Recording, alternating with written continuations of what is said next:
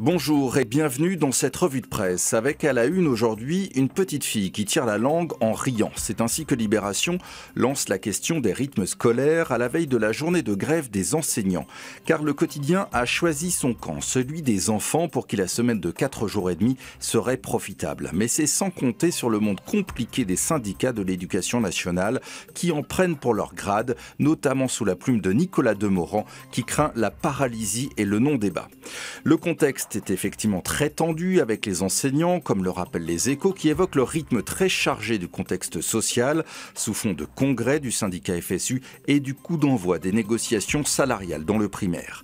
L'école qui est également à la une du Parisien aujourd'hui en France, mais avec une autre interrogation, celle des absences non remplacées et un chiffre impressionnant de 2,2 millions d'heures de cours non donnés sur une seule année dans les collèges et lycées.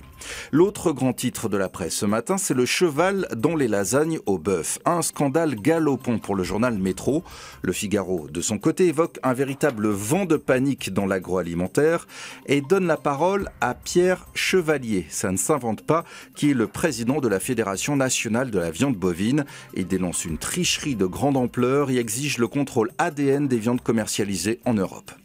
Libération, avec un titre qui fait un effet bœuf, propose de son côté un dessin peu appétissant mais très parlant de Willem, avec un sabot de cheval, mais aussi des chats, des rats et des poissons qui s'échappent d'une carcasse de bœuf.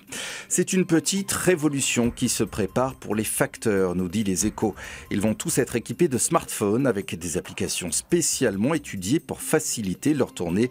Factéao devrait être ainsi distribué à 90 000 facteurs d'ici 2015. Une image pour finir, celle d'un groupe, Indochine, et d'un homme, Nicolas Sirkis. Le nouvel album de cet éternel adolescent sort aujourd'hui avec une chanson d'actualité contre l'homophobie qui fait écho au tube Le Troisième Sexe il y a 30 ans déjà. C'est ainsi que l'on se quitte. À demain.